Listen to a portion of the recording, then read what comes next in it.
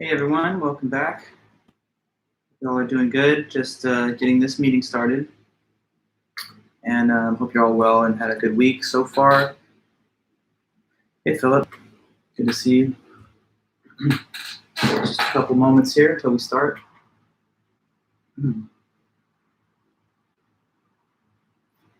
Hey Remy.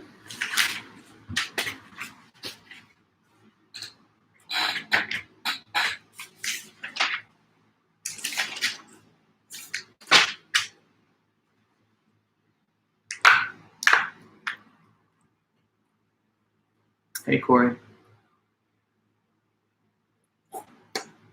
Hannah, Ryan, welcome.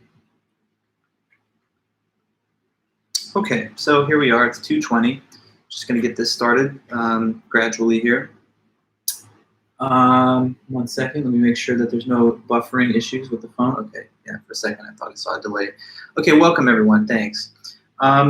Today we are just going to continue with our lecture on Chapter 9, which has to do with ethics. And so the upcoming schedule, as you may know, today we're looking at ethics part 2, and we have one more lecture on ethics Tuesday upcoming. And then next Thursday, that's when we're going to get started with the review session for the final. Also, don't forget that your fourth homework assignment, the final one's due next week before midnight on Friday. So that's the, report on news media analysis. So just make sure that you at least identify a show and have enough time to finish that one before Friday midnight next week. And I'll distribute the study guide for the final exam review sessions early next week or late in the weekend, and then you'll have that to use to refer to as you get prepared for the test. That's going to be not next Thursday, but the Thursday after that. So hopefully that's all clear. Just kind of starting with a couple of basic points about the schedule that we still have left. There's only a few meetings left. Chapter 9 lecture today and Tuesday, then some review, then the final. And for you, the work that you have left to do is just the fourth homework and the final itself. I'll be all done grading the third homework and the third quiz this weekend. So once I'm done, I'll notify you guys by Canvas, and then you can check with me to do a grade check for your overall score or for any individual assignment. And yeah, that's just a couple of notes about the schedule, where we're at as we head into the last 2 weeks. And yeah, it's good to see all you guys. Matthias, Elizabeth, Matt, hello. So I'm going to start then by just, and as usual, you know, if you have questions, comments, or any kind of reaction to anything, please just put them in the chat and I'll answer those or deal with them as they come. But all right. The chapter we're on is all about ethics. Chapter 9 has to do with ethics. Ethics, so I'm reviewing some notes, and then once we get to the point we dropped off last time, we'll proceed from there. But what we were saying on Tuesday is that ethics is the study of morality and moral concepts. And we noted that when you think of morality, there's like a cluster of kind of keywords that pop up in the mind. Like, for example, with morality, we distinguish between good and bad, right and wrong, morally right, morally wrong, moral and immoral, just and unjust, virtuous and vicious. And in general, morality deals with how a person ought to versus how they should not act. So morality, it's a big part of the human condition. As these human life forms that we are kind of unique in the sense that we hold each other accountable to a sort of moral code. Animals live according to predation, law of the jungle, survival of the fittest. But it's only humans, right, that hold people accountable when they transgress some type of shared communal moral standard. We protect the weakest among us, and we invent systems of accountability for those that deviate from what we think is right and wrong. So it's an important thing to understand as human beings, the way we reason about morality. Now, we after just defining what ethics is and talking about some of those basic key terms, we open the discussion up a little more by distinguishing 3 types of action in ethics. And hi, Lan, Nathan, and everyone else. Question, let me ask you this one. What were the 3 main types of action in ethics that we discussed at the beginning last time? So 3 major types of action within ethics. What could they be?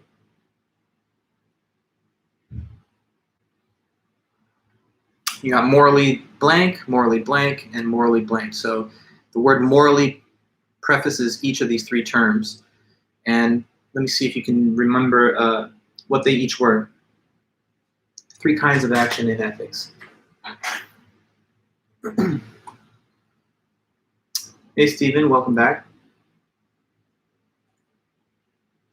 So just go ahead and look at those notes. Kind of, Matthias, so thank you. You're basically right in terms of what you mean, but the terminology is just slightly different. You've got morally permissible.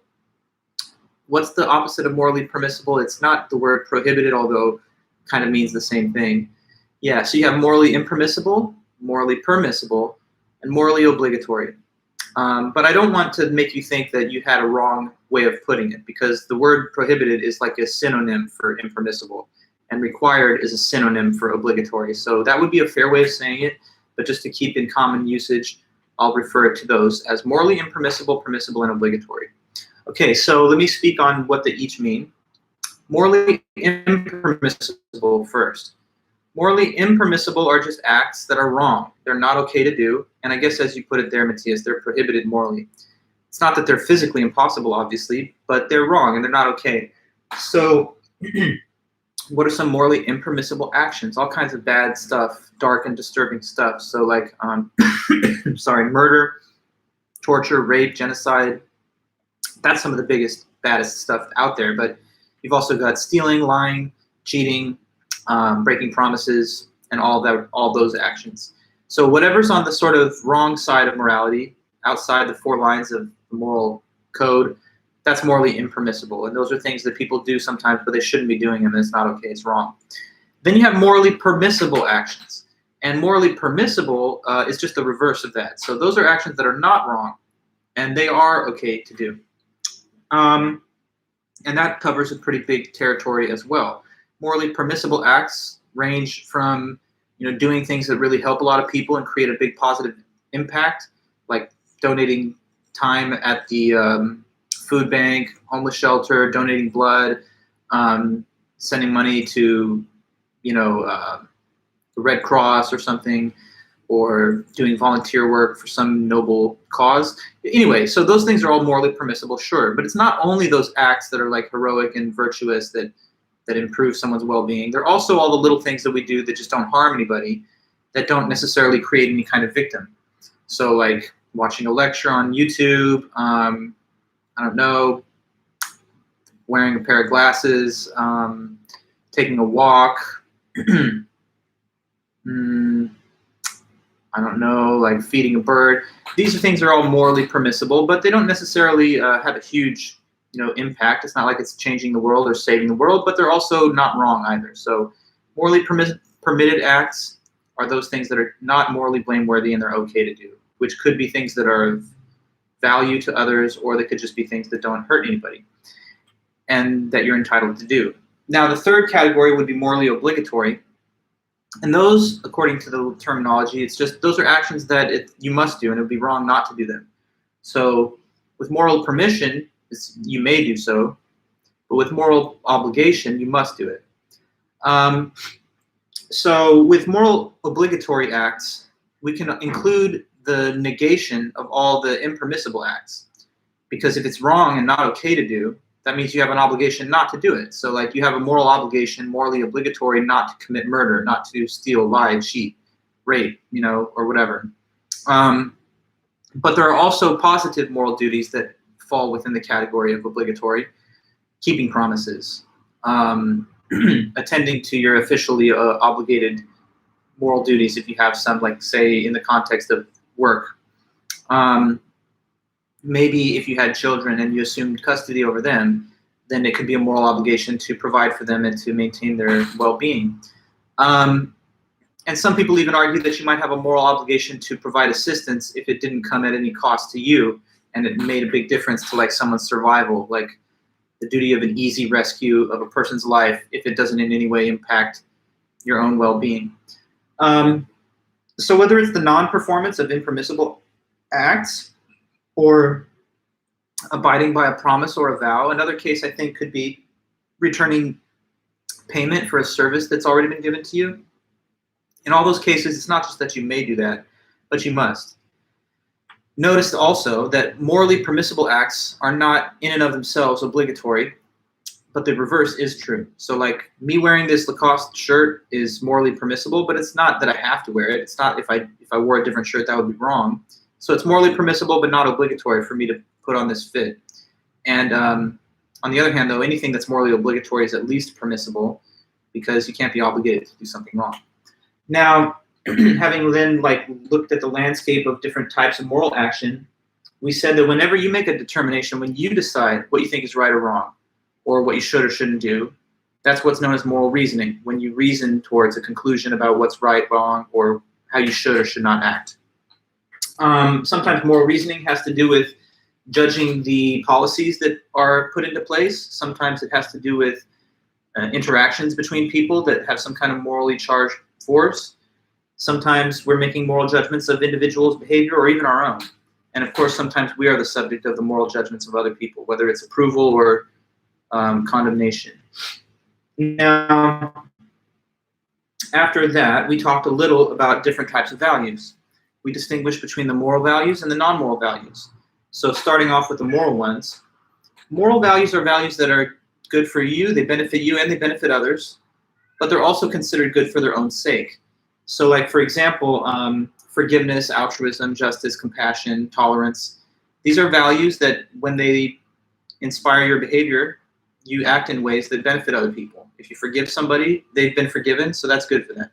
But also, it's good for you to have that type of quality and to be like a forgiving person instead of being full of rage, resentment, holding on to grudges. So moral values end up benefiting you and other people, but they're also considered good for their own sake, meaning that in some cases where there's no benefit that is derived from using that value and acting that way, we say it's good in and of itself, regardless of the lack of some type of productive outcome. On the other hand, there are non-moral values, which are goal-oriented, and as we could say, they're like more self-interested values. They're desired as a means to an end. And the end in mind, the goal in mind, is just personal happiness. So think of values that are non-moral values like wealth, prestige, popularity, fame. We value those things and we want them, but not because we're trying to help anybody else, just because we're trying to promote our own self-interest. Notice, though, and the book emphasizes this, that a life that's devoid of moral values, that's just completely self-centered, is not necessarily the most deeply contented or satisfied life.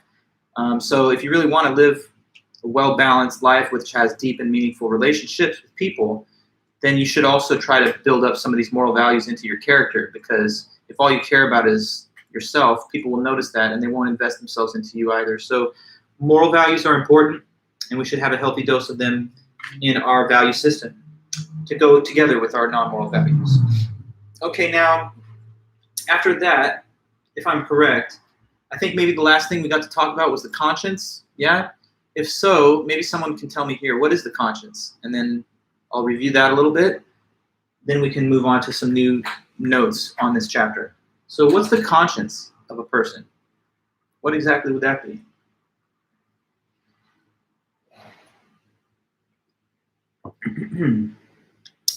Not to worry, Jordan. Good to see you. I'm glad you're here.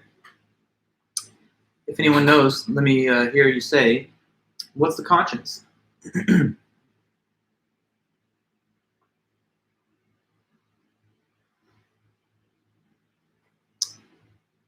I'm pretty sure we did talk about it, but if not, you'll let me know that. I'm pretty sure we did, and if so, it's just going to come through in a minute.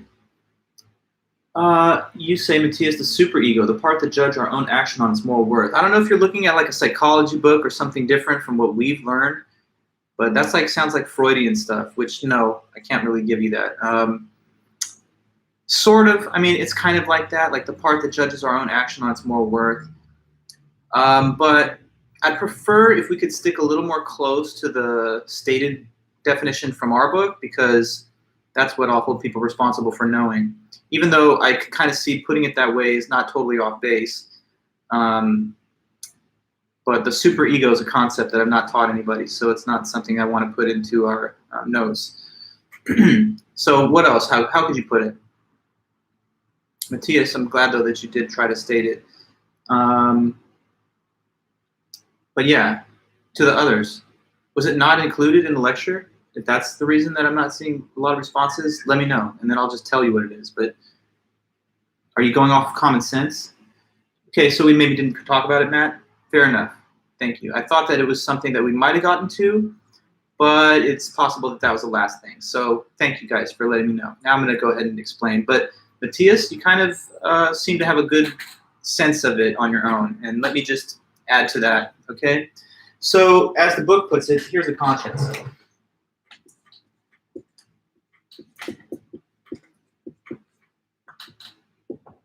Now, I don't want you to get this word mixed up with the word consciousness.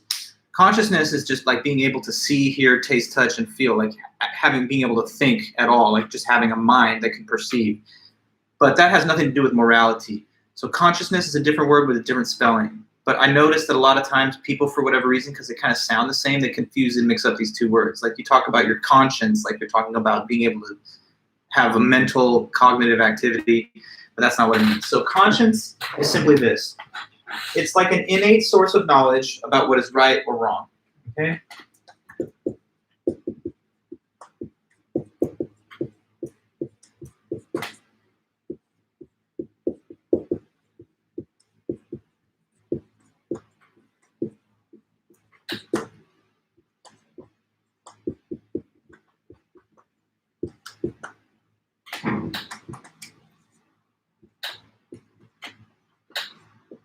Okay, so hopefully that's easy to read. Conscience, an innate source of knowledge about what is right and wrong. So let me highlight a couple of key points in there. Innate, some knowledge, and it's about what's right and wrong. So the conscience is kind of like an inner voice that directs you towards the things that you should do and tries to warn you off of the things that you should not do. And sometimes with your conscience, it will remind you of your own bad misbehavior, and it will make you feel moral sentiments that are not pleasant, like guilt. But we should listen to our conscience. So it's like it's trying to direct us again in the right moral direction. Innate. Innate means born into us, that's somehow naturally endowed. Even though it's innate, it's something that can either be nurtured properly in our early childhood through our moral education and through our experiences in our community, or it can be neglected, in which case it does not get to fully develop. It's kind of in that way like the ability humans have to learn language. A baby that's born today is not speaking any language. They're just like goo goo gaga, you know, making baby noises, babbling. But if you fast forward 18 years, like you guys or some of you, now we've got a person that's a fluent speaker of the language. But what had to happen between day one and then, 18 years later? The language they developed and learned didn't come from inside of them. They had to be exposed to it by interaction with the parents, with the language community of speakers. But if you didn't know, it's pretty interesting. There have been a few cases of children that have been abandoned to the wild and just left to die in the woods, but that somehow ended up surviving through the care of wild animals. Can you believe that? There's been one case of a girl that was left behind for dead and raised by a pack of wolves until she was 4 or 5 years old. When they found this feral child, there's like a whole documentary about this, but when they found this feral child, she didn't have cognitive disabilities like, Down syndrome or anything else, but nonetheless, they tried to, help her learn language, and she kind of could not get it. And it's because during that critical window of time in the early, developmental stages, she was not having the language acquisition reinforced by being around actual language speakers. So she could kind of master a few words, but she could never quite get it. It was very frustrating. So in the same sense, I'm raising that as an analogy. Your conscience is something that you're born with, and it would direct you to good and bad. But if it's not properly nurtured in the right way, then it's something that can grow weak and not fully develop. Now, it's innate, but it can be nurtured, kind of like the language acquisition ability. And it says here in the book about it, conscience. For most people, a well-developed conscience is the essence of the moral life. The word conscience comes from the Latin words com, with, and scire, meaning to know. A well-developed conscience provides us with knowledge about what is right and wrong. Like language, whose basic structure is innate, conscience is nurtured or neglected and shaped by our family, religion, and culture. So we should be able to be in touch with our conscience. We should listen to it instead of trying to silence it or to ignore it in cases where it doesn't make us feel good. Now, what the conscience does, and one way that it works on us, is by revealing to us what the text calls moral sentiments. So I'm going to talk to you next about what those are, what are moral sentiments, and then we'll examine a couple particular ones. In pop culture, I've sometimes seen like this little cartoonish trope of like a person who's trying to make a tough moral decision, and they have like an angel and a devil on each shoulder, and one is trying to like impel them to do the right thing, and one's trying to get them to do the wrong thing. Well, I don't want to over rely on like these kind of cartoon analogies, but the conscience is sort of like the little voice that's like the angel voice that's trying to make sure that you stay on the right side of morality, and that would hold you accountable internally for transgressions. Okay, so then next, moral sentiments.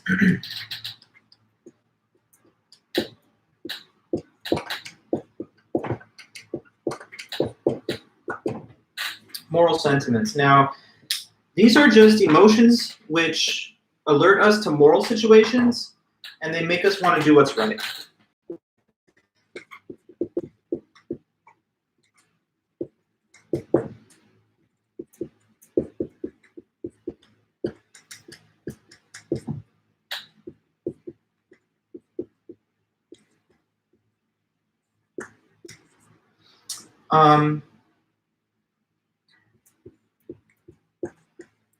Can cause us to do what's right, or at least to try to do that. Moral sentiments. So when your conscience is active and working properly, it will sometimes hit you with these moral sentiments, which are emotional states, but what they do is they reveal to you when you're looking at a morally charged scenario or situation, and they try to get you to do the right thing in that situation. And what are some of the different moral sentiments? Okay, so having looked at that, I'm going to write up the next one.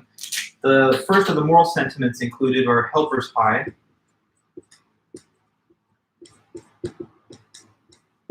Helper's high, that's the word that the book uses for it.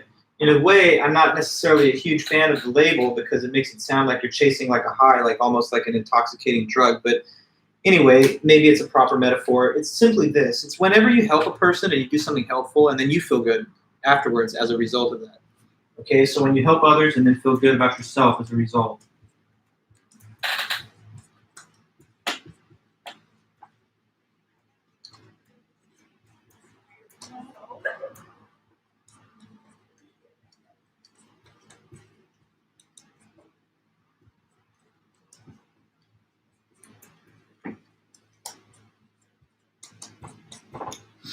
Okay, so helping people, helping others, doing your part to be helpful, is actually something that results in a positive benefit for you. There have even been some scientific studies in psychology which indicate that whenever you do something that's altruistic, that's helpful, that benefits others, this triggers like a release of endorphins in the brain, which then causes you to have like some type of positive sense of satisfaction. So there's almost like a naturally built-in reward mechanism to induce us to cooperate and help each other. And that's not at all a surprise, because when you look at human beings, we are the supremely social animal of all animals. Other animals work together to develop things that help them survive. I think I've said before that bees working cooperatively can build a honeycomb, or ants can tunnel around and build like an ant colony. But it's only human beings working together, not just for like a lifetime, but throughout generations. We erect magnificent structures and just look around you. Highways, roads, broadband systems, telecommunication systems, transportation, systems of criminal justice, architecture, art. And we erect these things in groups working together, which outlast us. So human beings, Aristotle, the ancient Greek philosopher, said are social animals. Necessarily and essentially so. And because of that, there is bound to be a type of natural mechanism to lead us to more fully cooperate and to assist each other. And that's what helper's high kind of is. Here's what the book says on it. When you help other people, you feel happy and good about yourself, and this is known as helper's high. The feeling of helper's high is accompanied by the release of or increase in endorphins, morphine-like chemicals that occur naturally in your body, which is followed by a period of increased relaxation and improved self-esteem, which enhances critical thinking. So helper's high is a real phenomenon that happens from being a helpful person to others. And as we continue to add more moral sentiments, let me go to the next, empathy. Okay, empathy, what is this? A word probably many of you have heard before, and you probably have some idea about what it means. But let's just try to give a core definition that matches to what's in this book. Empathy.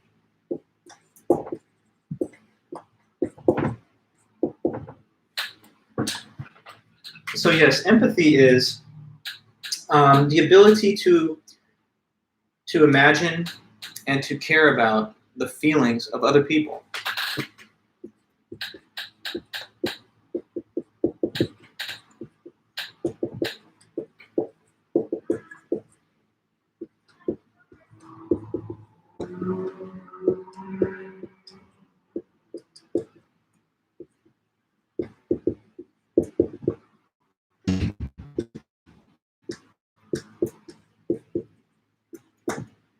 The ability to imagine and to care about the feelings of others. That's being empathetic or empathic, having empathy. So when you have empathy, that means that you can feel what other people feel, that you can kind of identify with their feelings. But more than that, it's also to care about the way they feel. See, it's one thing to be able to recognize, you know what, I can tell that person's sad. But it's a little extra thing on top of that to say, and by the way, I care about the fact that they're sad. I wish they weren't so sad. I wish I could do something. Maybe I can do something to make them feel a little better, to relieve their unhappiness. So empathy is just being emotionally connected to others, to other human beings, to feel what they feel. So experiencing their joy or pain or anxiety or frustration, being able to relate to and understand the way others feel and to take an interest in it and actually care about it. Now, when you actually do things to try and take action to make people feel better or to relieve their unhappiness, the text refers to this as the quality of compassion. So compassion is sort of like, I guess you could say, empathy in action. It's when you do something concrete and you take steps now to actually act in a way that benefits other people, make them feel better, or take away their unhappiness. So that's compassion, mentioned right after empathy in the book, compassion. So when you take actions to relieve others' unhappiness or to make them happy.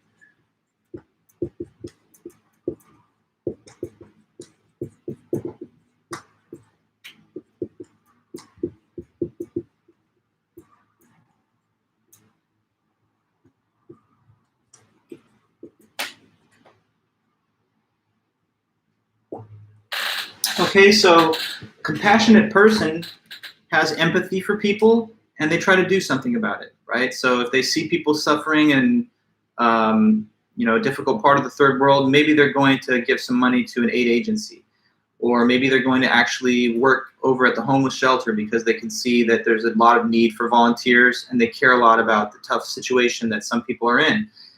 So compassion is just actually getting up and doing certain things to try and take action towards the empathetic feelings that you have for others to make them feel better or to take away their unhappiness. I'll read from the book on the point, and it says here, empathy is the capacity to imagine and the capacity for imagining and the inclination to imagine the feelings of others.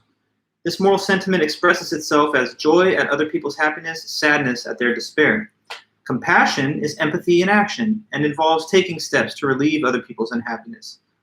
Although most of us are able to feel empathy or sympathy for those who are similar to us, sometimes we have a tendency to divide the world into us and them. So we should try to have empathy and we should try to have a sense of human connection to people, even across lines that sometimes divide us, because we're more in common, obviously, than we are different. And genetically, I mean, we're almost identical. Apart from the phenotypical differences that don't seem to have any kind of bearing on our moral or intellectual capacities. So that's compassion and empathy. Now, on the other hand, though, not all the moral sentiments are just positive and feel great. Some of them are a little darker because, the world is not a perfect place. So what about that? Well, another moral sentiment is moral outrage. So let me explain moral outrage to you.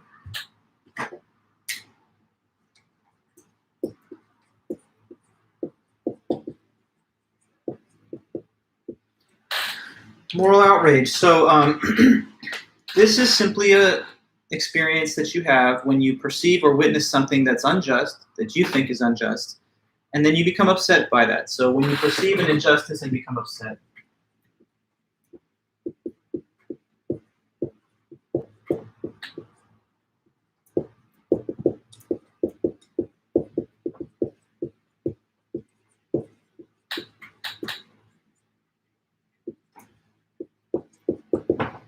So it's not a perfect world. There's a lot of things that happen, and I'm sure if you follow the news or if you're just a careful observer of, events, then you would notice that there are sometimes things that happen that are just, they seem outrageous morally, something unjust, something wrong.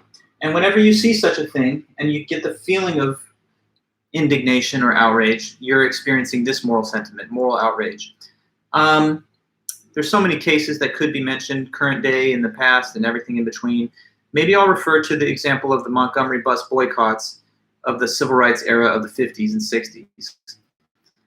So, as you guys probably know, after, slavery was abolished, we had Jim Crow laws for a long time, and then we had segregation and separate but equal.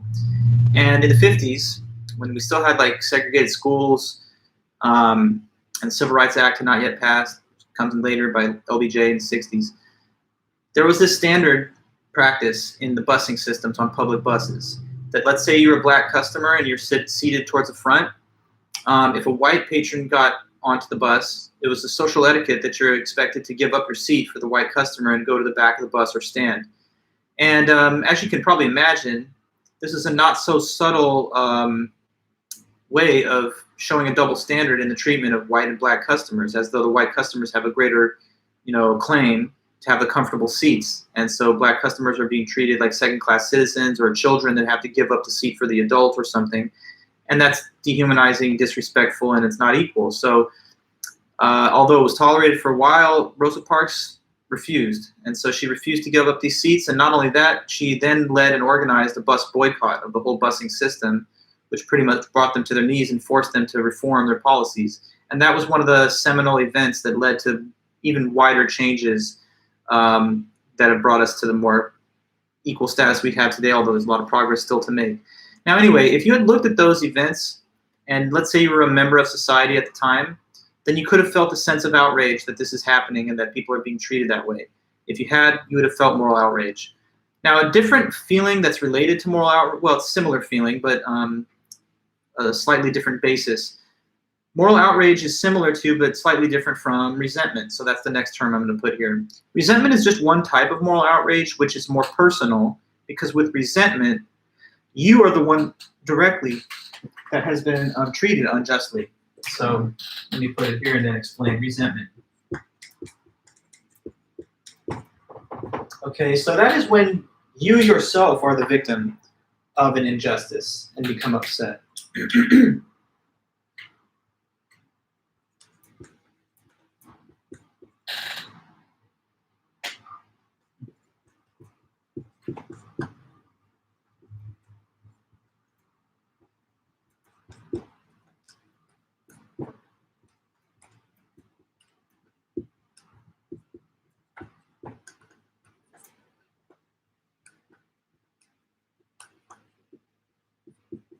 Okay, so the only difference really is that the observation of the unjust behavior here might be a case that does not necessarily negatively affect you directly.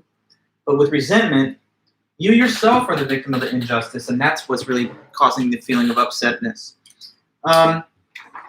So like again with the whole bus boycotts, say you were a white person at the time and therefore not subject to this treatment, you still could have been upset on the behalf of those that are being treated differently. And right, so it's sort of like white people today. If there's a claim of unequal treatment when it comes to traffic stops and police interactions with the public, as opposed to like white versus black people, as a white person, you might say, well, I'm not really being harmed by that myself because I'm treated differently and maybe more, equitably with police interactions, at least in my case. But you can still feel outraged at the fact that there's some kind of injustice that's being perpetrated, even if it's not necessarily hitting you.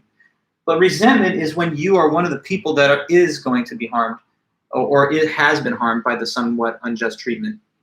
Things get stolen, and I can feel upset if someone told me, yeah, like important item of mine was robbed away from me. I would feel maybe outrage on their behalf. But then my car got broken into a couple weeks ago, and it hits a little different when it's you. So we should be able to understand that resentment is just a more personal version of moral outrage. But either way you go, the feelings here cause you to want to do something to try and correct the status quo or to improve upon it. Okay, and yeah, it says that here in the book. Not all moral sentiments are warm and fuzzy. Moral outrage, sometimes called moral indignation, occurs when we witness an injustice or a violation of moral decency. Moral outrage motivates us to correct the unjust situation by at least demanding that justice be done. Resentment is a type of moral outrage that occurs when we ourselves are treated unjustly. For example, Rosa Parks' resentment, as well as her courage, motivated her to refuse to give up her seat on the bus to a white man. Her actions sparked the 1955 bus boycott in Montgomery, Alabama, which was a turning point in the modern American struggle for civil rights. Moral outrage, while it calls our attention to an injustice, without effective moral reasoning and critical thinking skills, we may fail to act or may respond ineffectively. Moral outrage or resentment that is not guided by reason may just degenerate into feelings of bitterness, blame, or helplessness. So these feelings are important, but we should be able to channel them into some type of productive actions. Otherwise, we're just left feeling the sense of rage and frustration, but not doing anything to make it better. Okay, so those are a couple more moral sentiments, and I just have a pair of two more, which are guilt and shame. And guilt and shame are oftentimes equated with each other, but there's a little difference, at least according to our book. And so I'm going to try and help you understand what is that difference between guilt and then shame. So guilt first. And then after that, shame. So guilt is, both of these are bad feelings. Like nobody likes the feeling of guilt or shame, but with guilt, this is a bad feeling that results from committing a wrong, okay? Bad feeling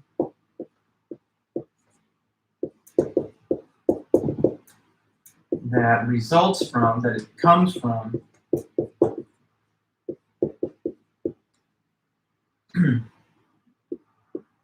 having committed a wrong.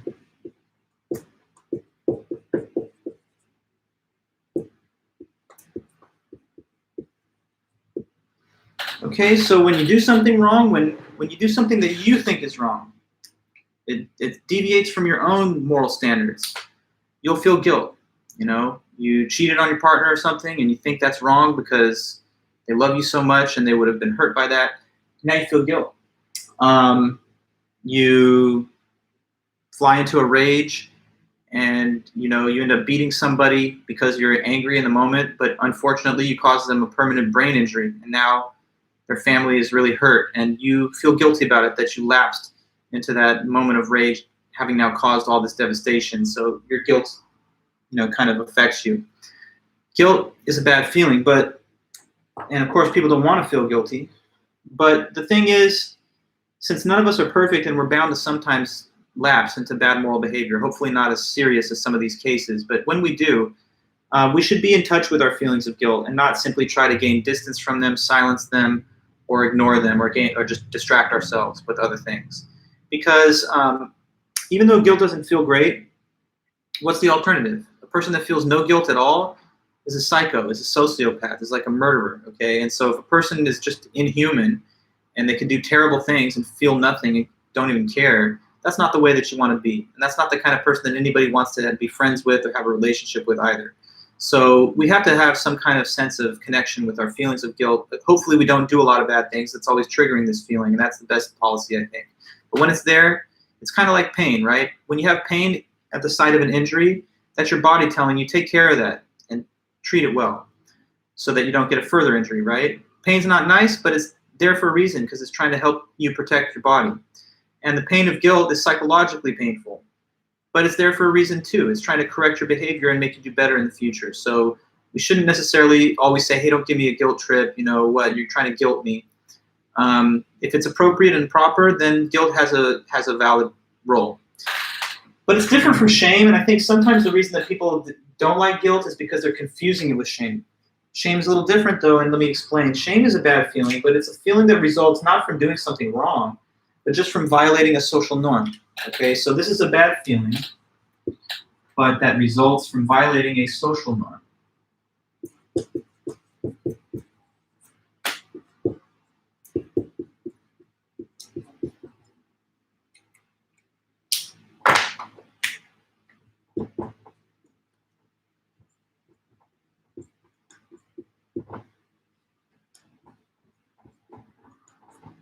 So there's only this small difference between the two. This is a bad feeling, but it's from doing something wrong, morally wrong.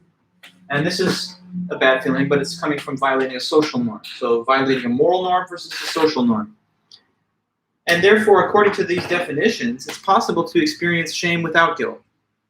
So looking at those definitions and just thinking for a moment, can anybody give me possibly an example where someone would feel, let's say, shame because they think they did something socially, disapproved of, but it's not guilt that they're feeling, because even if it's something that was socially awkward or, against the grain, it's not really in itself something that they think was immoral or wrong. So can anybody think of something like that? I have a few examples of my own to give you, but I'd like to see if you have something first, and then maybe we can talk about both of those cases. So the question is this: can anybody think of a scenario situation where you would feel shame but not guilt? Like you violated a social norm, but you really didn't do anything wrong. What do you think could be a case like that?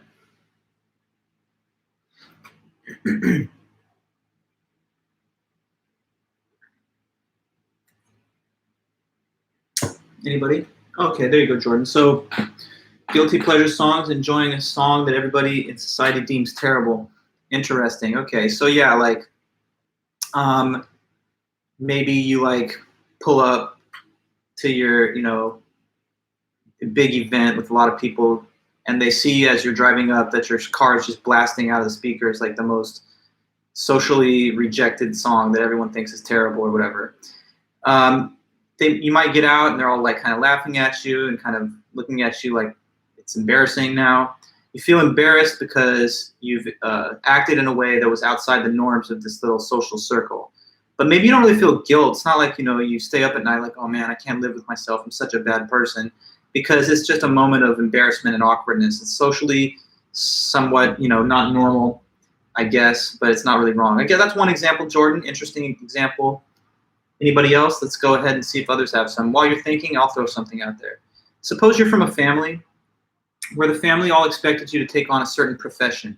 And let's say this is the family's business that goes way back. So your dad did it, and your grandpa did it. And they want to hand this business down to you, right? So the whole expectation and the social expectation within your family is that you're just going to join that same profession. But suppose as you get older, you're becoming an adult, and you're thinking for yourself, you know what, I don't want to do that. I want to take a different profession. But whatever you're going to do is something that your family would say is the worst idea ever, and it's never going to work out to your benefit. And they're also very disappointed that you're choosing to reject the family business. So when you go to a family reunion or something, or you're with your family, they might be looking at you with a sense of disappointment. You guys have some funny cases. Yeah, so they're looking at you with disappointment, and you might feel a sense of shame, like I'm not living up to the expectations of my family and the norms that they had for me. But you're not going to feel guilt unless you think you're actually doing something evil and wrong. And in this situation, it's not wrong. It's not harming anybody. It's your own free choice about what you want to do with your life. But since you violated the social norm, you might feel shame without guilt.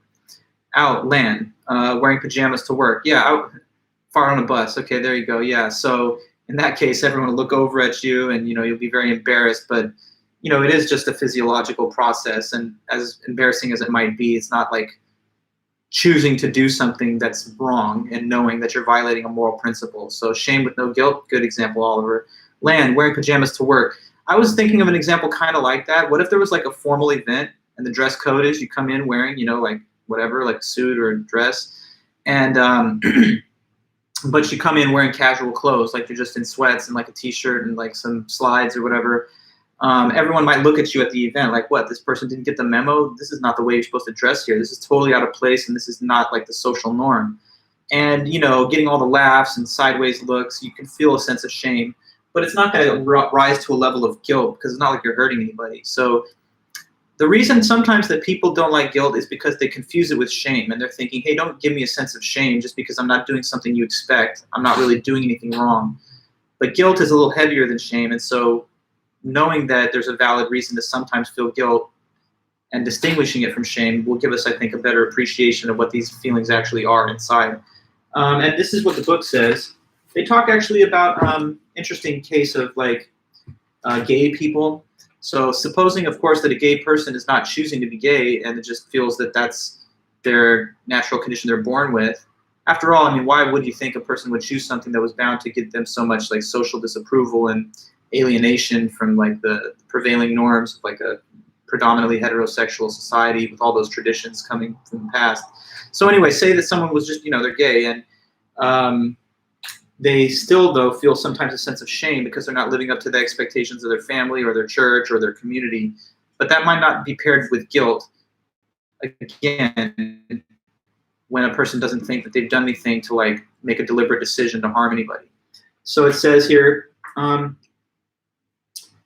guilt is a lot like pain. When you cut yourself, you feel pain where the injury happened, and the pain makes you want to repair the injury before it gets worse. Guilt also motivates us to avoid harming ourselves and others.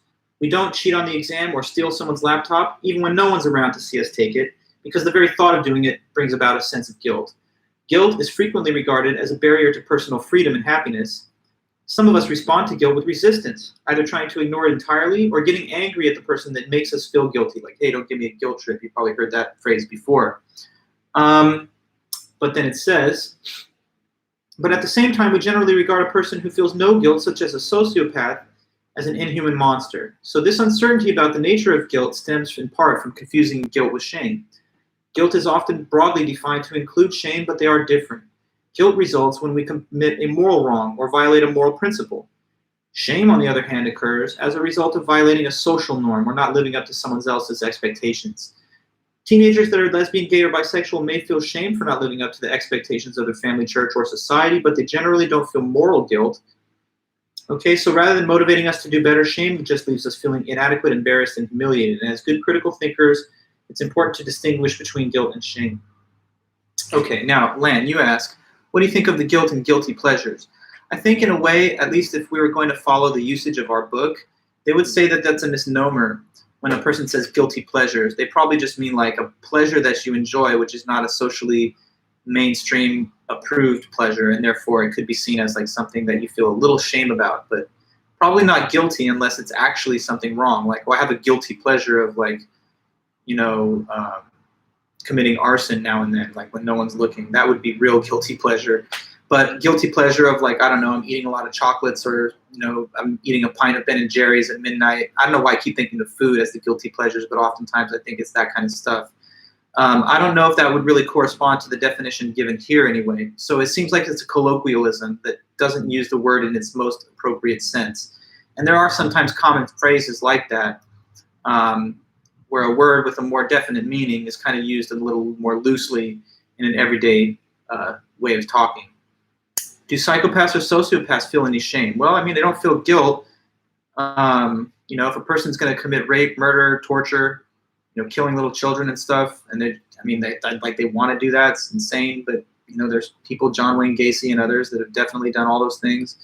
If they don't feel guilt, it's hard to imagine them feeling shame either. But maybe it's possible for some of those insane fellows out there that are doing the worst things possible to feel like at least, well, I know I'm deviant from society. I don't know, like some of them, like Jeffrey Dahmer, and you ever heard about him, the cannibal guy, killed a bunch of people, did terrible things, tortured them, ate their bodies in some cases. He was ruled fit for trial as a person that's not insane. The court thought that he knew the difference between right and wrong. And that's the definition of insanity legally. Do you know that what you're doing is wrong and you still did it anyway? So I guess it's possible then for some of those psychopathic people to have guilt that they just can't act on because they're so weirdly cross-wired that their impulses overwhelm their moral judgment. it's a tough question. I think you'd have to go into case studies and look at the actual interviews and psychological studies and findings. I guess my sense would be that they probably have a muted sense of guilt and shame that's way different from the way we would feel if they feel it at all. And maybe in some abstract sense, they know that what they're doing is wrong, but they just don't have the emotional connection to the feeling of something wrong. So it's like it's wrong, but it's just to them all theoretical. Like people say it's wrong, and I guess I understand, but I don't really care. That's a weird way to be. It's not the way anyone should want to be. So those that are like, you know what, guilt, shame, they just slow you down. If you're going to care too much about people, be empathetic, be compassionate, you're not focused enough on yourself, and this is a competitive, cutthroat world, so just ignore those things. That's not really a good way to live, and that's not the kind of ambition that anybody should have for themselves, because, you know, it's dangerous, it's going to end up making you lonely, and you're probably not going to find your full contentment. So, you know, you got to be with other people, and you got to appreciate other people and care about them, not just use everyone as a pawn or a tool to get to your happiness, because after a while you dehumanize people, and then you might act in a way that you never would have thought. Okay, so from here, the next stage of the notes on chapter 9, we'll talk about different stages of moral development. So let me start by just talking about the concept in general, and then we will put some of it on the board. In this book, they refer next to some of the research of psychologist Lawrence Kohlberg. So here's his name.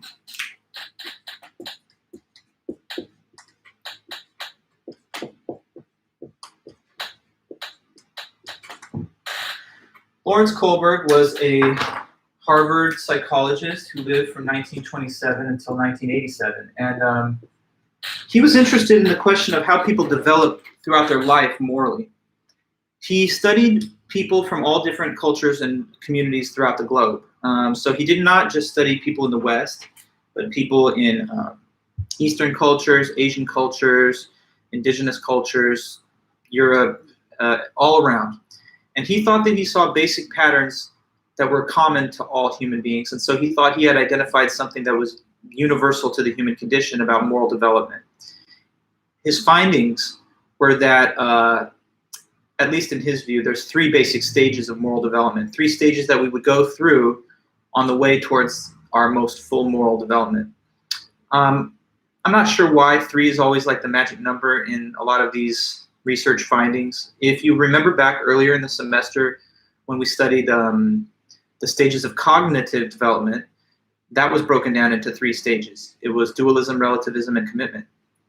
And when we looked at the stages of the critical thinking process, that was divided into 3, between experience, interpretation, and then analysis. So again, we have a 3-way staged process that this author talks about moral development. I guess just maybe with 3, you know, beginning, middle, end, there's a sort of logical coherence to that. So it's probably an apt format to use to explain some of these heady concepts. Anyway, there's 3 stages of moral development that he talks about. So we're going to learn about them and say what they are.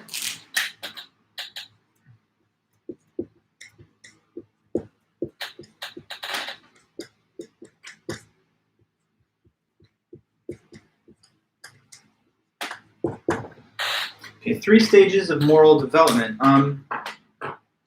Now, one thing I want to say before I launch into those is that if you look at the book, the way that the author and the editor divide these 3 stages was a little different than the way I'm going to present it, because they actually say that each stage has 2 little subparts. So it's like stage 1, part A and B, stage 2, part A and B, stage 3, part A and B. So it's like 3 stages with 2 halves in each one. In my opinion, anyway, I thought that that was a little unnecessarily complex, and I thought that the distinction between the 2 sub-stages was a little bit too thin to support like a full class discussion. So I'm going to streamline that a little bit and simplify it so that we'll just talk about 3 core stages of moral development. Now, the first one, stage 1, what the author calls, what Kohlberg calls pre-conventional.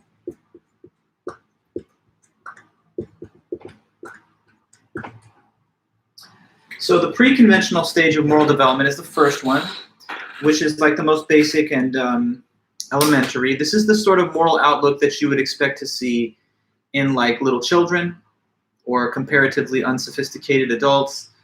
It's the way of looking at morality that all that matters, and the only thing that you think morality has to do with, is avoiding punishment for yourself.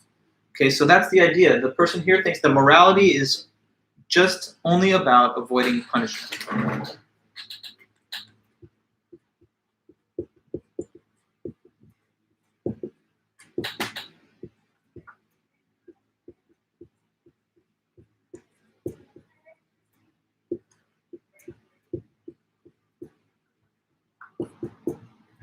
Avoiding punishment. That's the whole outlook of the pre-conventional moral thinker. So yeah, think about like little kids, for example. That's the kind of example that fits this. So little children, in their early days, elementary school, kindergarten, whatever. Say there's a kid and he's looking at like taking candy from one of his classmates at lunch because he really likes the candy and he really wants it. So he's tempted by that, wants to take it away. Take it from the other kid, give it to himself. That's not okay. But suppose that he holds back and he doesn't do it, and why not? Because he's worried about this. What if he tells on me and the teacher finds out? And then the teacher's going to, put me to the principal's office or tell my parents, and I might get grounded or spanked or something. And I don't want to get punished. So I better do whatever they expect, just because if I cross those lines, maybe someone's going to find out and catch me and I'm going to be in trouble. And I don't want punishment. So the pre-conventional moral thinker doesn't even think about why it's wrong or why, let's say the person's not thinking, well, about the other. They're not saying, well, they have a right to their candy. It's theirs, and it's not fair for me to take it. Instead, they're just thinking about themselves. Like, well, if I was to do that, I'd be fearful of the accountability that could come, and therefore I'll follow moral rules and expectations just out of a concern for my own self-preservation and my desire to avoid penalties and punishments. Okay, so there's a little graph that the book gave to try and, express the essential idea here. It's pretty simple. It's just two circles where one's bigger than the other. And the one that's bigger is labeled me, and the smaller one is labeled others. Because at the pre-conventional level, you really don't care much about others, only yourself. And your desire to follow moral guidelines is only going to go as far as the threat of punishment is realistic. So, that's one way to think about morality, but again, it's pretty primordial and basic. Nobody in this level is even really thinking about anyone else except for themselves. And so it's like following rules because you're afraid of, again, the negative results of breaking them to you. Let me read a bit here from the book on the point. They say this. So according to Harvard psychologist Lawrence Kohlberg, people advance through distinct stages in the development of moral reasoning. These stages are transcultural. That means that they're found in every culture of the world.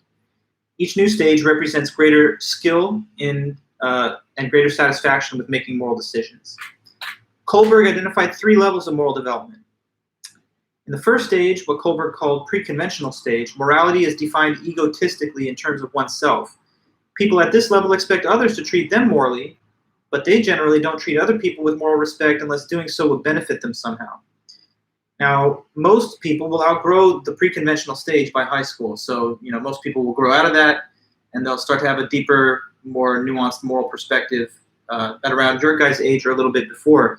But most criminals are at the pre-conventional stage. And interestingly, when you look at crime statistics, nearly half of all crimes that are committed are between the ages of 15 and 24. So it's possible that some of the people that couldn't, mature beyond the pre-conventional level of moral development are more likely to commit crimes, because it's like, think of the view of a criminal. They're not going to hold back if they think they can get away with it. And so they don't recognize it's wrong, even if they get away with it. They think the wrongness is getting caught and punished. So that's one way to look at morality, but it doesn't go very far. So what about the next stage? Okay, stage 2. So the second stage of moral development is simply just called the conventional stage. So we go from pre-conventional to conventional. And at that conventional stage now, the person's moral outlook has changed. And instead of thinking that morality is just based on avoiding punishment, now they think morality is all about fitting in to the group, fitting into the social norm or to the expectations of others. So instead of like a desire to avoid punishment, it's a desire to seek conformity and to fit in. So the way it's described is one wants to fit into social norms and conventions to be perceived positively, to be perceived as like a good boy or a nice girl. So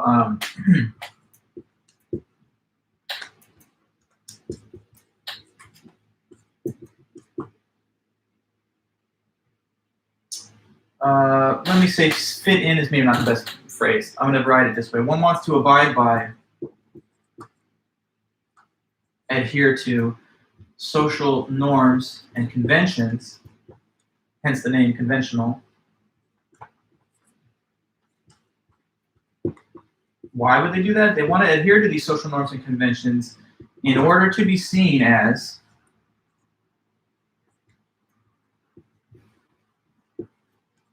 a quote-unquote, different marker really fast, quote-unquote good boy or nice girl. Words used in the book, so I'm just borrowing from that. Good boy or, not and, can't be both, I guess, or nice girl. Okay? And the little graph that's supposed to show the relative priorities of a person who's at this stage, it just reverses them so that the smaller one is me and the bigger one is all the others. Okay, so then here's the idea that when you are at that conventional stage, you're just trying to fit in. You want to be perceived as normal. You want to be perceived as like a member of the society or community that does what everybody else does. So fitting into those social norms and conventions is your whole priority, and you're doing it to reach the level of approval that other members will provide you. So like they'll look at you and say, hey, he's a good boy or she's a nice girl because they're living according to the social norm. And here's what it says in the book on this. It says, people at the conventional stage look to others for moral guidance. Earning the approval of others and conforming to norms are especially important to people at this stage. For example, and they refer to the scandal of the prison scandal in Abu Ghraib, Iraq, when some of our soldiers were abusing detainees. Linda England was one of those soldiers that was sentenced to prison for 3 years for doing that. And she said at her court-martial in 2005 that she did just what my friends wanted me to do, but the judge rejected that plea. And she continues to blame others instead of taking responsibility. Most high school seniors and college freshmen are in this stage of moral development. Some say it's associated with the first stage of cognitive development, where students believe that there are right and wrong answers and authorities know everything. The majority of American adults are in this stage. Rather than thinking through decisions about moral issues, they adopt a prevailing view. The mere fact that everyone agrees with them confirms for them that they must be right. Okay, so when you're at the conventional stage, you're just focused mostly on fitting in to the expectations of society. And that becomes the main priority or premise behind trying to live up to a moral standard. But if you go all the way to the third and final highest stage of moral development, then you will make it to what's known as the post-conventional stage. So we've got pre-conventional, conventional, and post-conventional, sort of like before, during, and after the conventional stage. So post-conventional, third one. Now what that one says is this. When you get all the way to that third and highest stage of moral development, you believe that there are actually universal moral principles that you can apply to different situations. And these universal moral principles will sometimes lead you to conclusions that are different from the social norm. Okay? So one adopts universal moral principles, like things that they just believe in deeply.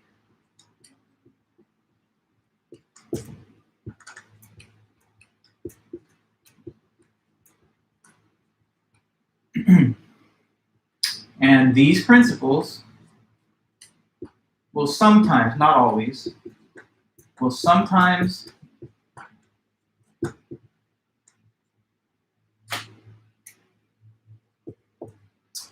lead one to conclusions that are different from the conclusions of society or the majority.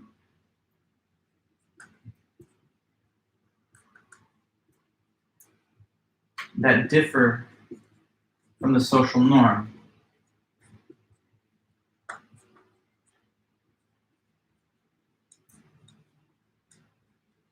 Okay, so one adopts these universal moral principles, and then they live by those principles. Sometimes the principles that they apply will lead them to conclusions that are even different from what society's conclusions are.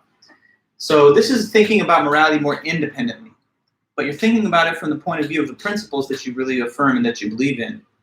So like for you to be a person who, say, was a passionate opponent of slavery when slavery was like social norm, you would have had to been post-conventional, because you would have had to say, look, here's my principle morally.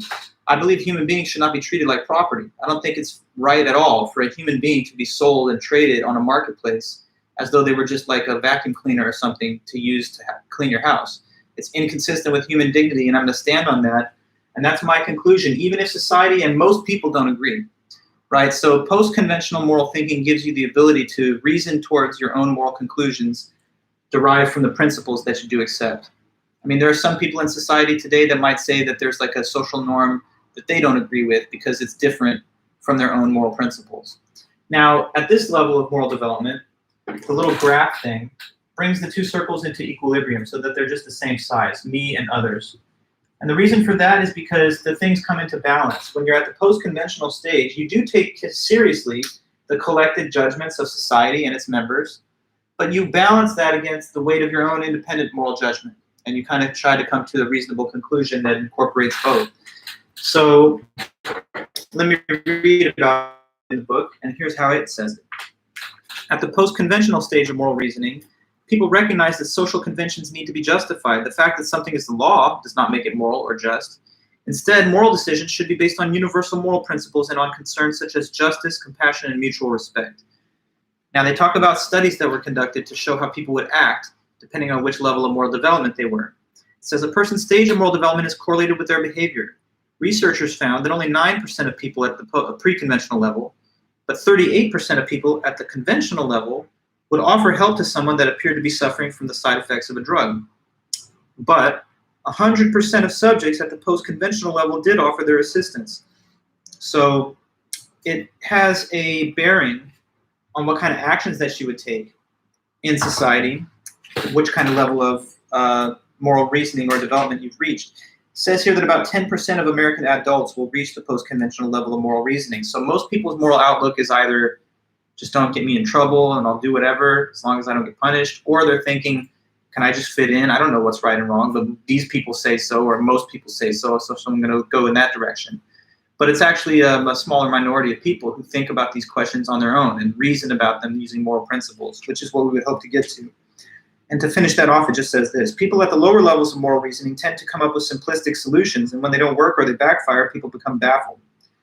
People will outgrow their old ways of thinking when it becomes inadequate for resolving more complex problems and issues that people encounter in life.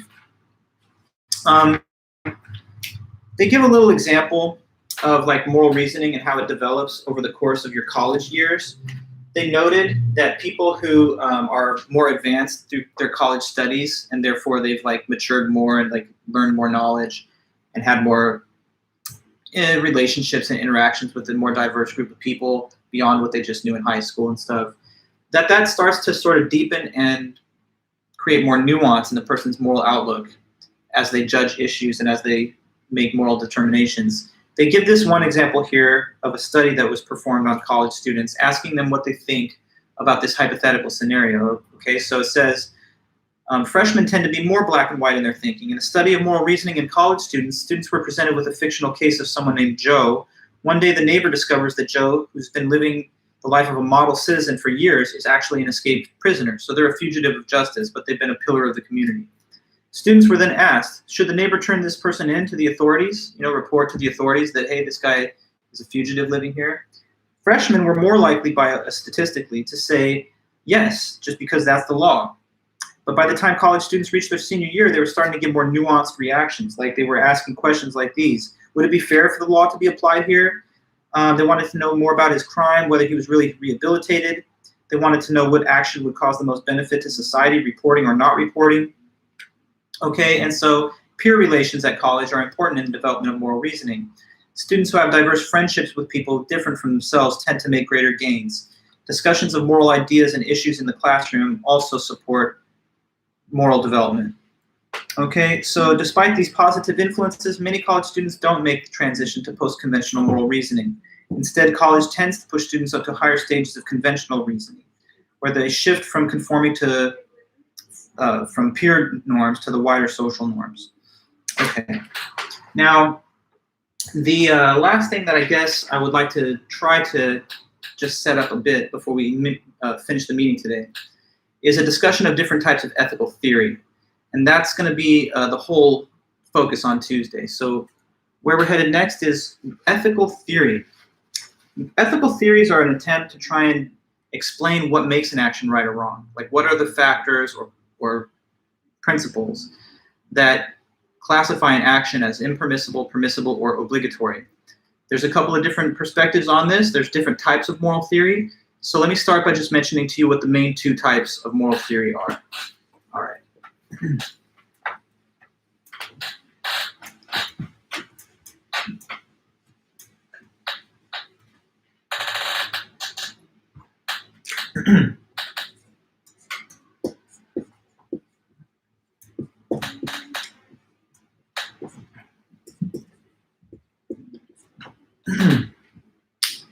Okay, so the big two. And Matthias. Well, utilitarianism, consequentialism. Before I say more, I want to get your comment here. So utilitarianism is a branch of consequentialism. Consequentialism is like a more general term under which different moral theories follow. Utilitarianism is one, hedonism is another one.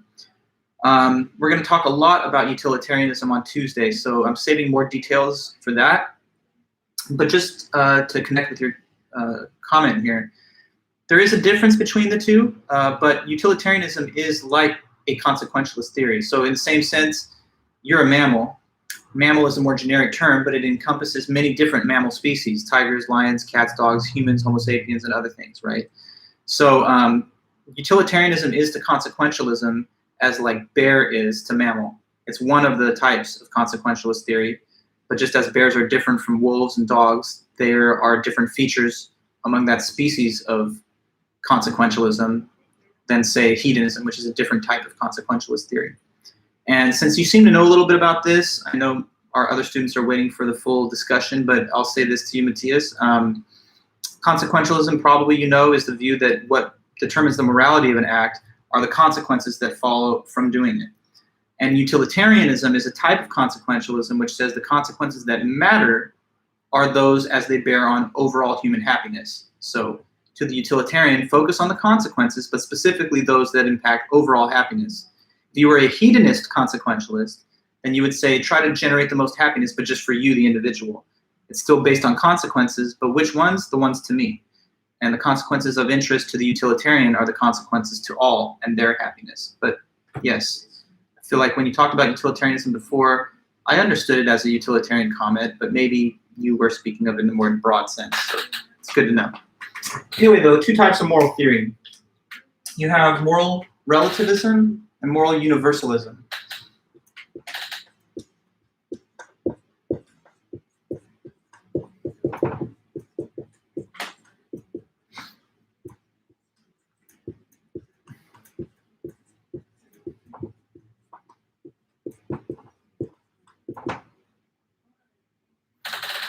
So with moral relativism, this is just one type of moral theory which says, as maybe you could guess based on the name, that morality is not universal, it's not objective, but it's relative. That's what this idea is. So let me write it. Morality is not universal or objective.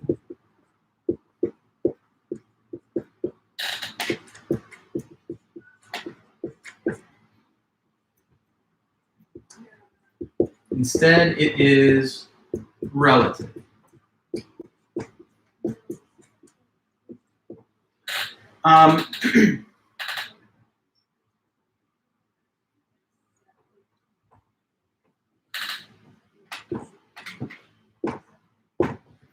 Moral relativism. So probably you guys have thought in these terms, or you've heard these ideas before, that with right and wrong, there's no fact. There's no objective fact about what's right and wrong. It's just relative to different people or maybe to different communities. So some people think this. Some people will say, look look at how much disagreement there is about moral questions. One person says it's wrong to use drugs. Another person says, no, it's not, or maybe it's even good. Another person says abortion's wrong. Someone else says, no, it's not. The fetus isn't a person. Abortion, this is a woman's choice. It's not wrong at all. So you see two sides of these different moral debates. Is it wrong to go to war or not? Is it wrong to use genetic engineering or human cloning or not? You know, and people will argue passionately on either side of any of these issues. So that might make you think, look, there's no answer. There's no like correct answer. Just people have different views. And so we just got to say that morality depends on who you're talking to or where you are or something. So that's one idea that's relativistic. It's not something that is set in stone. It's something that could change depending on time, culture, geography, or even just the individual. Many people are moral relativists, but to be real with you guys, the more, I think, dominant strain of thinking in academic ethics and moral philosophy is moral universalism, which is below here. And so this is like the total opposite. Moral universalism says, yeah, morality is universal and objective. So it's the same, it's universal, it doesn't change. It's the same for everybody, everywhere, and for all times. So that's more universalism, that there's only one moral code and it's not made up by any particular person, but it's somehow like objectively, factually real. Okay, so moral universalism says morality is universal and objective.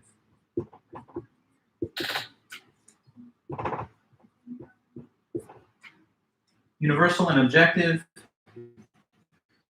There's a moral law and it's not, you know, subjective. Okay, so with respect to the moral relativism stuff, there's actually two branches of this. And here it actually is important to mention the two branches. So two different types of moral relativism. Let me just list what they are here. And then so that I don't have to erase this part, I'm going to type in the definitions in the chat. So you have two types of moral relativism. One of them is called ethical subjectivism.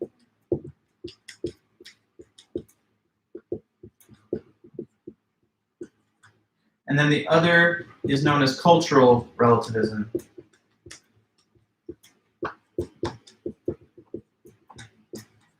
Now I'm going to just type in the definitions so that it's easy to read and then I can have the space on the board. So first of all, ethical subjectivism. Oops, no.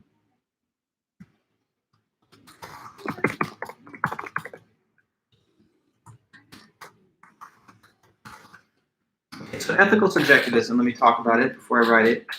What it says is that morality is just this. So this is the most radically relativistic moral theory that's out there. It says that morality is just nothing more than individual personal opinion.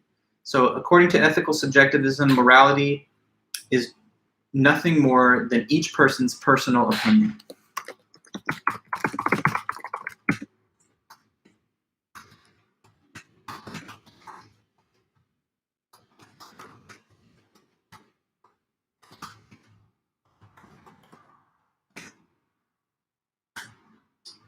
So there you see that definition of ethical subjectivism. It says morality is nothing more, all it is just personal opinion. So if that was the case, then, okay, is abortion wrong? Well, there's no answer. It just depends on who you're talking to. So to a pro-life person, yeah, it's wrong. To a pro-choice person, it's not wrong. And that's the end of it. There's no correct answer. There's no true or objective answer. There's just differences of view, and morality is just the individual's point of view. So that's one type of way of looking at morality. But cultural relativism is a different form of relativism which locates the relativity at a little bit of a larger source. Instead of the individual, it's the cultural norm that defines morality here. So let me write that, cultural relativism.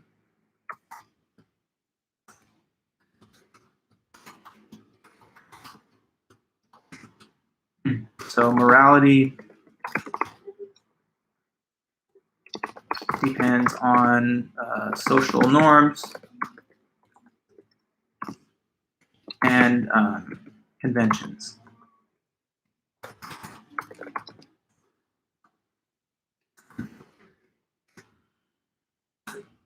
So cultural relativism says that morality is not universal, but it is culturally specific rather than individually specific. Now, these are two different types of relativism. What they share in common is the view that morality is not like a universal thing and that it can be different in either different places or with different people. But there are some problems with that. There are some big criticisms that are fair against both types of relativism. So let me start with ethical subjectivism and just see if any of you guys can point out what you think could be wrong here. Is there anything disturbing, problematic, or scary about ethical subjectivism? Can you think of such a thing to raise as a complaint? Because like, if ethical subjectivism is true, is there anything about that that's kind of bothersome? What could be the problem or issue with saying that morality is just each person's personal opinion? I'll give you a moment to think. If you don't have anything for me, then I'll ask a slightly different question, but let's see if you have something on the mind right now. Anything that could possibly be seen as a, troubling or perhaps just not intuitive aspect of ethical subjectivism. Okay, there you go, Philip. Yeah, so a psychopath could be moral. Exactly. If ethical subjectivism was correct, then could we even say that it's wrong to kill a child, like torture a child? You really couldn't. All you could say is, well, to most people, they think it's wrong, but there's a few weirdos out there like John Wayne Gacy who says, have you ever tried it? It's great. It's a lot of fun. Look, they squeal, they run around. It's actually kind of fun to see it happen. That's a disgusting thing. And is there any one individual who thinks that way? Sure. And it's a sad thing, but yes, we've seen documented cases that I'm sure you guys know about. So we don't want to have to, I think, say, well, I guess to him it's okay and to us it isn't, and that's just the end of it. Let's just shake hands and disagree. It's not agree to disagree. It's just wrong to do that to somebody. So if there are some actions that are just fundamentally wrong, ethical subjectivism takes away your ability to say it's a fact. They just say, well, rape, torture, genocide, murder, pedophilia, it's just, it's opinion-based. So we have pedophiles, murderers, serial killers, racists, and they think that what they're doing is good, actually. So we just can't say it's really wrong. We can only say it's wrong to some and not to others.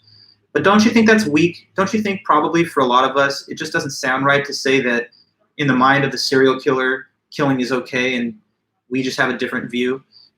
Don't you think maybe we should be able to say that actually it's just dead wrong to do that, and when people think otherwise, there's something wrong with them and they're not correct. They're not correct when they say this is good, because it's not a fact, and it's a fact that it's wrong.